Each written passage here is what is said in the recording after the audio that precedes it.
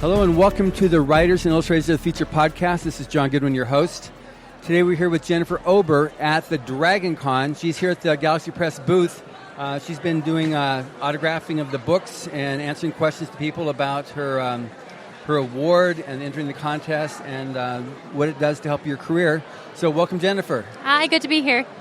So we last spoke when you arrived at the Writers of the Future and Illustrators of the Future week.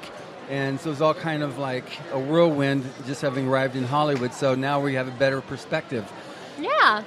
So this recap then. So tell me about yourself as an artist up to arriving in Hollywood. Yeah, so I am a master's student at SCAD, Savannah College of Art and Design in Atlanta. And so prior to the going to LA, I was finishing up my thesis and starting to get to the point of, okay, what's the next step? What am I going to do with my life?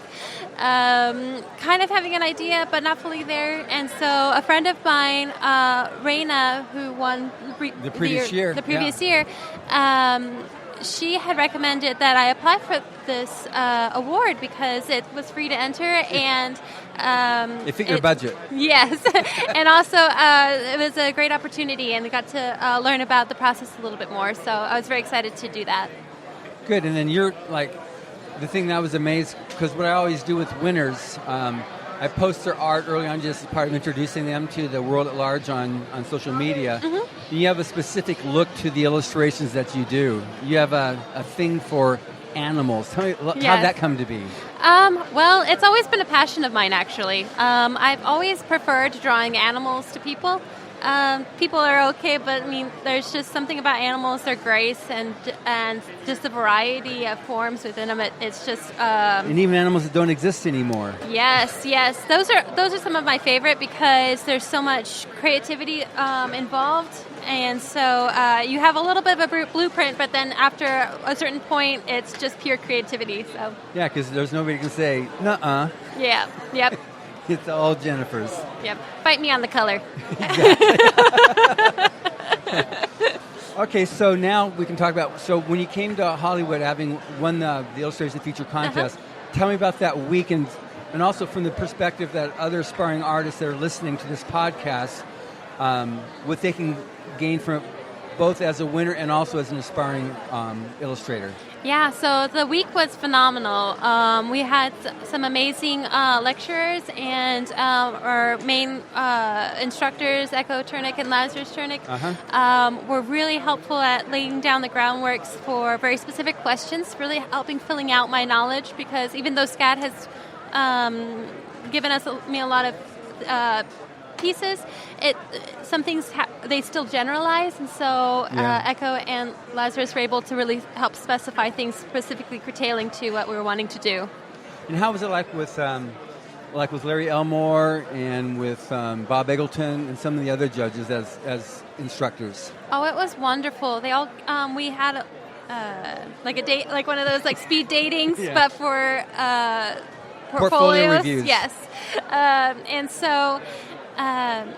I wound up getting great feedback from everybody. Everybody has something a little different to contribute in terms of critique, which I really enjoyed and have been trying to apply to my work, because I think that's the best way to learn and to grow, because if you're not learning, then you're kind of stuck. So exactly. Oh, good. So then, and then you had that little gala event. Yeah, that was an amazing event.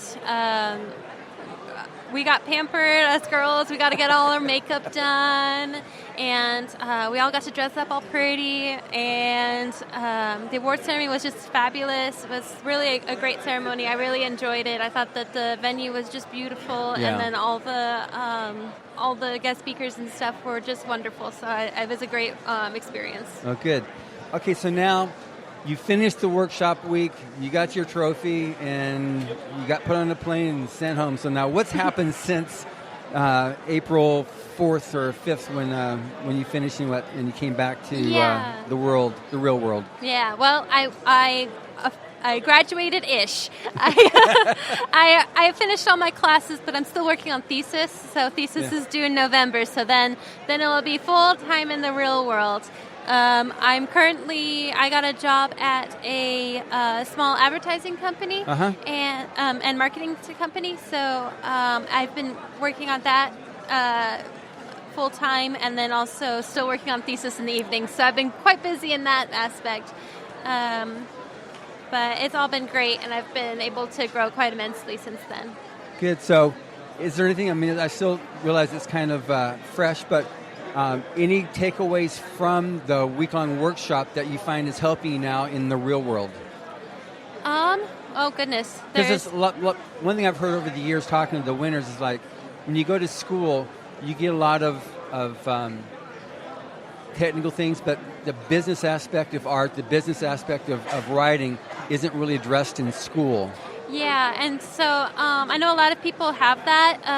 At my school, they do try to do some business portion, but again, they generalize a lot of things because there's so many ifs, and so they try to generalize a lot of the things that are a lot of ifs. And so with Echo and Lazarus, they both really helped pinpoint specifically for a book, and we were also asking about advertising, so they helped us pinpoint with those as well. So I was really able to clarify on those subjects, which was really great. That's great. So why should somebody enter the Illustrators of the Future contest? Why not? It's a great experience. I've learned so much, and I've even got to be here at DragonCon. And this is in itself is a learning experience for me because this is my first convention ever. I am a con virgin. And so this is my first time ever, and this experience has helped me learn how a convention works. Without having to completely dive in head first and hope that it's not too shallow. Yes. And so it's been this specifically DragonCon has been a wonderful experience, and connections I have made since then with Writers of the Future and all the things that I've learned. Everything just combines to be this wonderful package that, why not? It's just a wonderful collection of just knowledge that I've really enjoyed. So good. And a lot of people end up with a lot of friends for life too. You make relationships with both your writer as well as your fellow illustrators. Yes. I've been keeping in contact with some of the writers, and also I had a roommate as one of the writers. Been keeping in contact with her. I know she just recently got married and stuff, so that's been wonderful. That's great. Well, anything you'd like to say before we end off here? Just thank you to Writers of the Future again for all of the opportunities, and I'd say to anybody that's wanting to apply or has applied many times, just apply more because it really is worth it. So good. Well, thank you very much, Jennifer. Thank you so much, and thank you for listening to the Writers and Illustrators of the Future podcast. The podcast is available on several platforms, so be sure to subscribe and listen to all the different episodes as they come out. Writers and Illustrators of the Future was a contest created by L. Ron Hubbard to provide that means for aspiring writer and artists for the creative efforts to be seen and acknowledged. Thank you very much for listening.